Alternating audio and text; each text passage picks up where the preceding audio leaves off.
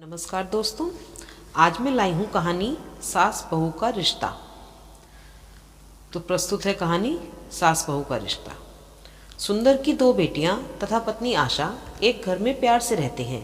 आशा अपने घर परिवार को ही सब कुछ मानती है। सुंदर की दो बेटियों में रश्मि सबसे बड़ी है, जो स्वभाव से थोड़ी चंचल तथा किसी का भी मन जीत लेने वाली है। दोनों बहनें साथ साथ खेलती, पढ़ती, घूमती। वे दोनों जहाँ भी रहती वहाँ का माहौल खुशनुमा हो जाता। धीरे धीरे रश्मि बड़ी होती है। उसके शारीरिक बदलाव तथा बोलचाल में अंतर स्पष्ट दिखने लगता है और वह 12वीं की परीक्षा में अच्छे नंबरों से पास होती है। अब वह ग्रेजुएशन की पढ़ाई के लिए बाहर जाने के लिए कहती है, लेकिन पैसों के अभाव के कारण तथा दोनों बेटियों की शादी विवाह का खर्च सोचते हुए सुंदर रश्मि को आगे की पढ़ाई के लिए मना कर देते हैं। सुंदर ने कहा, अब कुछ अपने माँ से घर का काम जैसे चूल्हा चौका संभालना भी सीख लो, जिससे ससुराल में हमें खरी खोटी ना सुनना पड़े। इतना सुनते ही रश्मि उदास होकर अंदर चली गई। बेटी को इस तरह से तेज आवाज में बोलना आशा को अच्छा नहीं लगता और सुंदर और आशा में बहस छिड़ जाती है। सुंदर के द्वारा रश्मि की पढ़ाई पर पूर्ण विराम लगा दिया जाता है। अपनी बेटी को इस तरह कुंठित होते हुए आशा को सहन नहीं होता और वह अपने पति सुंदर से आक्रोशित होकर कहती है, आपको क्या जरूरत थी इस तरह बोलने की? अभी वो बच्ची है। अब तुम्हारी बेटी बच्ची नहीं रह गई। माँ बाप के लिए बच्चे कितने भी बड़े हो जाएं, बच्चे ही रहते हैं। लड़की को चाहे कितना भी पढ़ा लो, ससुराल में डिग्रियों का कोई काम नहीं, चूल्हा चौका संभालना आना चाहिए। ससुराल जाने के बाद अपने आप सब कुछ आ जाता है। समय और परिस्थिति इंसान को सब कुछ सिखा देती है। मुझे कोई लॉटरी नहीं लगने वाली जो मैं डिग्रीधारी बनाऊं और फिर शादी का खर्च कहाँ से करूँगा। तभी छोटी बहन दौड़ते हुए आई और आशा से बोली, माँ देखो ना, दीदी रोए जा रही हैं, मेरे साथ खेल भी नहीं रही। छोटी बेटी ने चिल्लाते हुए कहा। उसकी आवाज़ सुनते ही सुंदर और आशा की बहस पर अल्प विराम लग गया। सुंदर ने रश्मि के रिश्ते के लिए लोगों से बात करना शुरू कर दिया। अपने कुछ रिश्तेदारों को भी सूचित कर दिया कि कहीं कोई संपन्न लड़का हो तो मुझे बताना। रिश्तेदारों के बताए अनुसार सुंदर एक दरवाजे से दूसरे दरवाजे पर रिश्तों को टटोलने लगा। कहीं लड़का ठीक तो पूर्वजों की कोई संपत्ति नहीं, कहीं संपत्ति तो लड़का कुछ नहीं करता, कहीं सब कुछ है तो लड़के की आदत सही नहीं है। उनको एक ऐसा रिश्ते की तलाश है कि घर परिवार भी संपन्न हो, कुछ खेती हो, लड़का कुछ नहीं तो ग्रेजुएट तो हो और सरकारी नौकरी हो तो सोने में सुहागा। लेकिन सबको सब कुछ नहीं मिलता। रिश्ता ढूंढने में तो कहीं ना कहीं समझौता करना ही पड़ता है। अंततः एक लड़का अमित, जो अपने पिता के स्थान पर बैंक में कार्य करता था, थोड़ी बहुत खेतीबाड़ी भी थी। उसके परिवार में माँ और एक बड़ा भाई विजय, भाभी गीता और एक भतीजा जो सबका लाडला था। सुंदर को अब तक के रिश्तों में से यही लड़का अच्छा लगा। अमित के पिताजी को गुजरे हुए बहुत दिन हो गए थे, इसलिए लेन देन की बात समधी के स्थान पर चाचा से ही हुई। दोनों पक्षों में बहुत ही शांतिपूर्वक बात हुई। सुंदर ने हाथ जोड़कर कहा कि मेरे पास देने के लिए मोटी रकम तो नहीं है। हाँ, मैं अपनी तरफ से पूरी कोशिश करूंगा कि आपकी बारात के स्वागत में कोई कमी ना आए। वर पक्ष ने भी सहमति देते हुए कहा, आप चिंता ना करें, हमें सिर्फ संस्कारी बहू चाहिए जो हमारे घर परिवार को संभाल ले। यह सुनकर सुंदर खुशी से फूला नहीं समाया। अमित के परिवार वाले को सुंदर का व्यवहार बहुत ही पसंद आया और सुंदर के आग्रह करने पर वह सपरिवार रश्मि को देखने के लिए सुंदर के यहाँ आने के लिए तैयार हो गए। सुंदर बार बार घड़ी की तरफ नजर डाल रहा था कि आशा ने सुंदर से कहा, अब बैठ भी जाइए, समय हो चला है, वो लोग आते ही होंगे। अचानक घर के दरवाजे पर खटखटाहट हुई। सुंदर ने दरवाजा खोला। सामने अमित का परिवार खड़ा था। सुंदर ने हाथ जोड़ते हुए कहा, आइए आइए। बहुत ही आदर सहित सुंदर सबको अंदर ले गया। सोफे की तरफ इशारा करते हुए बैठने के लिए कहा। बातचीत का सिलसिला शुरू हुआ। सुंदर ने धीरे धीरे अपने परिवार का परिचय कराया। कुछ समय पश्चात रश्मि चाय नाश्ता लेकर सबके सामने प्रस्तुत हुई। एक तिरछी नज़र से अमित को देखते हुए वह चाय नाश्ता टेबल पर रखकर अंदर चली गई। फिर सुंदर ने परिचय दिया, यह मेरी बेटी रश्मि थी। आप सबको कैसी लगी? सबने अमित की तरफ देखा। अमित ने शर्माते हुए, नजरें झुकाते हुए हाँ में सिर हिला दिया। सब खुश हो गए और एक दूसरे का मुंह मीठा कराने लगे। क्या मैं रश्मि से मिल सकता हूँ? निवेदन करते हुए अमित ने कहा। हाँ बेटा, क्यों नहीं, तुम दोनों का मिलना, एक दूसरे को समझना बहुत जरूरी है। फिर अमित के भाई विजय ने पंडित जी को बुलाया। मुहूर्त के अनुसार दिन तारीख रखा गया। आखिर वो दिन भी आ गया। चारों तरफ खुशियों का माहौल, घर में चहल पहल, सामानों की खरीदारी। रश्मि की बहन सजने संवरने को लेकर बहुत उत्सुक थी। बोली, मैं तो लाल रंग की साड़ी पहनूंगी दीदी, मैं कितनी सुंदर लगूंगी ना दीदी। वही रश्मि का हाल बेहाल अपनी बहन को निरुत्तर होकर देखती रही। तभी रश्मि की माँ आशा आई, बोली, बेटा चलो, अब नहाने का समय हो गया, पंडित जी आते ही होंगे। रश्मि के ऊपर पीली साड़ी और लाल चुनरी, भरे हाथ चूड़ियों तथा पैरों में महावर लगाकर रश्मि इतनी सुंदर लग रही थी मानो स्वर्ग से आकर उसे देवियों ने सजाया हो। अभी बाहर से शहनाई और आतिशबाजियों की आवाज आ रही थी। अमित का भाई विजय अपनी जिम्मेदारियों को बखूबी निभा रहा था। रश्मि की बहन और कुछ सहेलियां दौड़ते हुए आईं और बोली, दीदी बारात आ गई है, जीजाजी बहुत अच्छे लग रहे हैं। पूरे रस्मों रिवाज के साथ शादी संपन्न हुई और अब रश्मि की भीगी पलकों से सबने विदाई की। रश्मि ने भी सबका आशीर्वाद लिया और बारात की विदाई हो गई। इधर अमित के घरवाले बेसब्री से दुल्हन का इंतजार कर रहे थे। तभी गाड़ी दरवाजे से आकर लगती है। रश्मि की सास जेठानी गीता और आए हुए रिश्तेदारों ने मंगल गीतों से दुल्हन का स्वागत किया और गृह प्रवेश कराया। वहीं भतीजा राजू भी बहुत खुश था। वह उत्सुकता पूर्वक सबको अपने खिलौने दिखा रहा था। गीता रश्मि को अपनी छोटी बहन की तरह घर के तौर तरीकों को समझा रही थी। वहीं अमित को कुछ रस्मों रिवाजों के बाद रश्मि के पास कमरे में जाने के लिए गीता ने कहा और मजाकिया लहजे में कहने लगी, ज्यादा मत सताना मेरी बहन को। अंततः वह सुनहरा पल भी आ गया जिसका अमित को इंतजार था। वो चांदनी रात, बिस्तर गुलाब की पंखुड़ी द्वारा सुसज्जित और उस पर बैठी रश्मि। अमित देखते ही मचल गया। दोनों कुछ मीठी मीठी बातों के दौरान एक दूसरे में समा गए। कुछ ही दिनों बाद रश्मि गर्भवती हो गई। परिवार में सब लोग खुश हुए कि सब लोग उसका ख्याल रखने लगे। रश्मि की सास का तो बस पूछो ही मत, उसको एक तिनका भी नहीं उठाने देती थी। आज से तुम सिर्फ आराम करोगी बेटा, बाकी किसी भी चीज की जरूरत लगे तो मुझसे कहना। रश्मि अपनी सास की इतनी बात सुनकर सोचने लगी कि मेरी किस्मत कितनी अच्छी है, मुझे सास के रूप में माँ मिली है जो मेरा कितना ख्याल करती है। रश्मि की सास जेठानी दोनों ही उसका बहुत ख्याल रखती थी। रश्मि को कुछ मांगने की जरूरत ही नहीं पड़ती थी। उसके पहले ही उसकी सास और जेठानी उसकी हर इच्छा पूरी कर देती थी। रश्मि को शहर के बड़े नर्सिंग होम में दिखाया गया तथा हर महीने रूटीन चेकअप के लिए अमित ले जाने लगा। अमित अपने पति होने का बखूबी फर्ज निभा रहा था। अंततः वह दिन भी आ गया जिस दिन का अमित तथा उसके परिवार वालों को इंतजार था।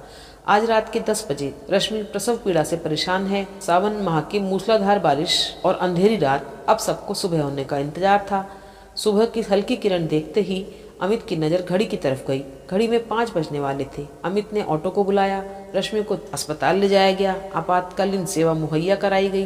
तभी एक नर्स अंदर से आती है और कहती है कि बच्चे का हृदय गति धीमी होने के कारण उसका जल्द से जल्द ऑपरेशन करना होगा, नहीं तो माँ और बच्चे से हाथ धोना पड़ेगा। अमित व्याकुल होते हुए, कोई बात नहीं सिस्टर, आप ऑपरेशन कर दो, मुझे दोनों ही स्वस्थ चाहिए। उसके बाद नर्स ने अमित से हस्ताक्षर करवाए और रश्मि को ऑपरेशन थिएटर में ले गए। यहाँ कुछ 15 मिनट बाद अंदर से एक नर्स बच्चे को गोद में समेटे हुए लाई। वहीं अमित तथा उसकी माँ और भाभी गीता बाहर इंतजार कर रही थी। नर्स बच्चे को लाकर गीता की गोद में दे देती है। अब उसकी सास को ये जानने की इच्छा हुई कि बच्चा लड़का है या लड़की। जानने की जिज्ञासा से शिशु के अंतरांगों पर नजर डाली। देखते ही उसके पैरों तले जमीन खिसक गई। मुंह बिचकाते हुए बोली कि लड़की हुई है। लड़के की चाहत में रश्मि की सास का व्यवहार वहीं से बदल जाता है। लड़का या लड़की ऊपर वाले की देन है। कुछ महिलाएं इसे पूरी तरह से महिलाओं को ही जिम्मेदार समझती हैं। ऑपरेशन होने के कारण सप्ताह भर के बाद रश्मि अपने घर आती है। वही रश्मि देखती है कि लड़की होने के कारण जो सास और जेठानी उसे पलकों पर बिठाकर रखती थी, आज उनके व्यवहार में कितना परिवर्तन हो गया है। जिस समय उसे सबसे ज्यादा सहारे की जरूरत है उस समय उसका कोई साथ नहीं दे रहा है। इस समय अगर उसके साथ कोई है तो बस उसका पति अमित, पति के रूप में देवता मिला है। अब परिवार में बड़ी बहू और उसके बेटे राजू का ही स्थान सर्वोपरि है। रश्मि को छोटी छोटी बातों पर जलील करना उसके सास का बस एकमात्र काम रह गया था। यहाँ तक कि खाने पीने पर भी पाबंदियां लगा दी गई। यह सब अमित बहुत दिनों से देख रहा था। आज उसके सब्र का बांध टूट चुका था और वो अपनी माँ से सीधे शब्दों में बोल देता है, माँ मुझे अलग रहना है। वहीं उसकी माँ की मंशा भी पूरी हो गई, क्योंकि वो तो बहुत दिनों से यही चाहती थी। रश्मि अपने ससुराल में एक गैर बन गई थी। जो सासू माँ उसकी इतनी देखभाल करती थी, वहीं आज उसका चेहरा तक नहीं देखती। सासू जी को तो घमंड था बड़ी बहू के लड़के राजू पर। ऐसे ही दिन बीतते रहे। गुड़िया अब 1 साल की हो गई। उसकी देखभाल उसकी माँ और पापा करते। दादी ने कभी हाथ तक नहीं लगाया। एक घर लेकिन चूल्हे 2 हो गए थे। ऐसी स्थिति में उसके पति ने उसका साथ कभी नहीं छोड़ा। वह अपनी पत्नी तथा गुड़िया का बहुत ध्यान रखता था। अमित ने कहा, अम्मा हमसे नाराज हैं क्योंकि हम उन्हें वारिस नहीं दे सके। हाँ, पहले कितनी देखभाल करती थी, लेकिन अभी तक गुड़िया को देखा भी नहीं। क्यों ना हम एक बार फिर बच्चे की प्लानिंग कर लें। इस बार भी लड़की हुई तो, लड़का हो या लड़की, हम बस 2 ही बच्चे तक सीमित रखेंगे। रश्मि मन ही मन सोचती है कि मुझे पति के रूप में कितने अच्छे इंसान मिले हैं। जो हमेशा मेरा साथ देते हैं, किसी भी परिस्थिति में मुझे अकेला नहीं छोड़ते। और तभी रश्मि ने अपने पति को गले लगा लिया और दोनों प्रेम के सागर में डूब गए। दूसरे दिन जल्दी जल्दी वो नाश्ता तैयार करती है। आज उसे देर जो हो गई थी। उठो जी, ऑफिस का समय हो गया, फ्रेश हो जाइए और नाश्ता कर लीजिए।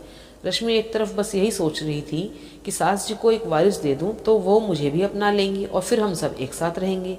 रश्मि दिन भर अकेली गुड़िया के साथ रहती थी, उसे कोई नहीं पूछता था, लेकिन वो खुश थी कि उसके पति ने उसका साथ नहीं छोड़ा था। कुछ ही महीनों बाद रश्मि दूसरी बार गर्भवती हो गई। ये खबर उसकी सास तक जाती है। फिर एक बार वह पोते के सपने में खो जाती है।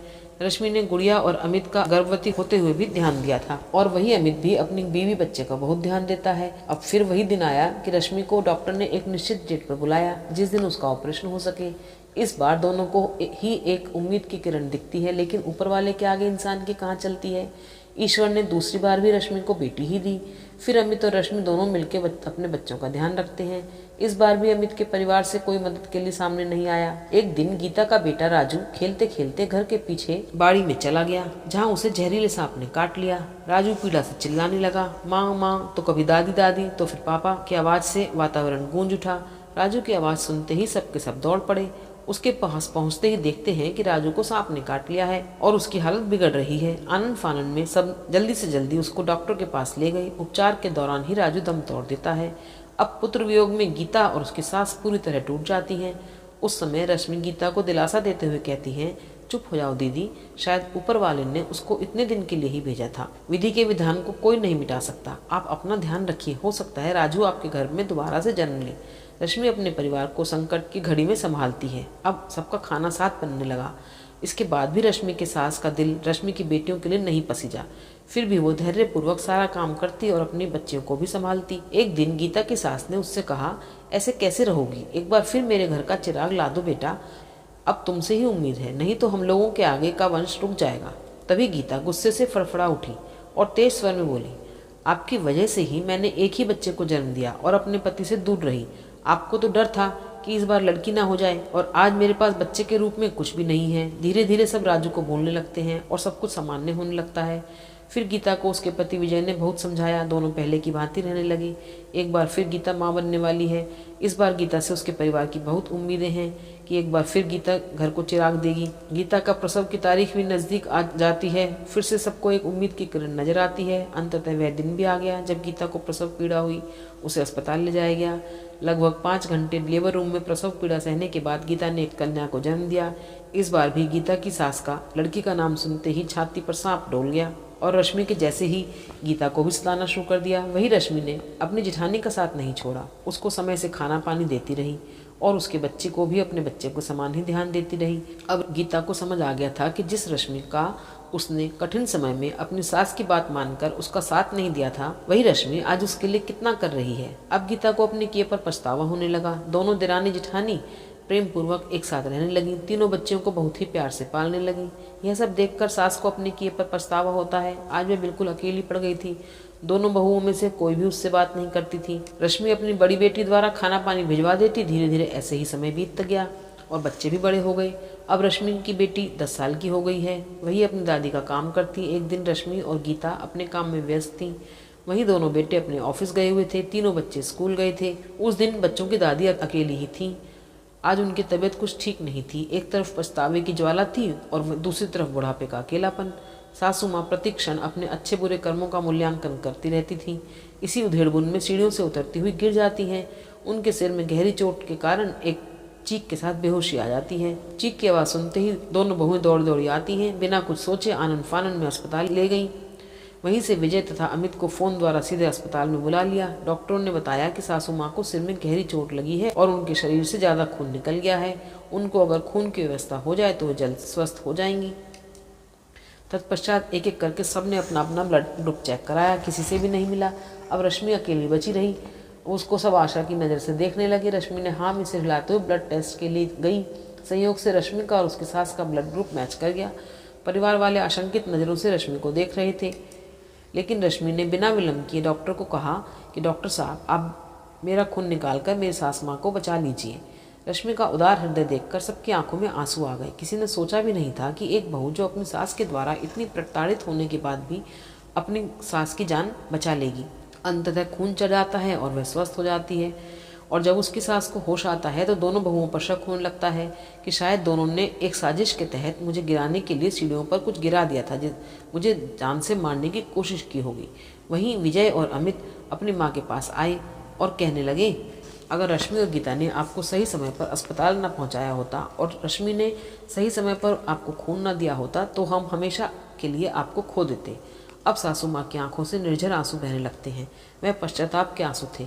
माँ ने दोनों बहुओं को अपने पास बुलाकर कहा, मैंने तुम दोनों पर बहुत अत्याचार किया है और रश्मि ने तो मुझे जीवन दान दिया है जिसका मैं कई जन्मों में भी ऋण नहीं चुका पाऊंगी।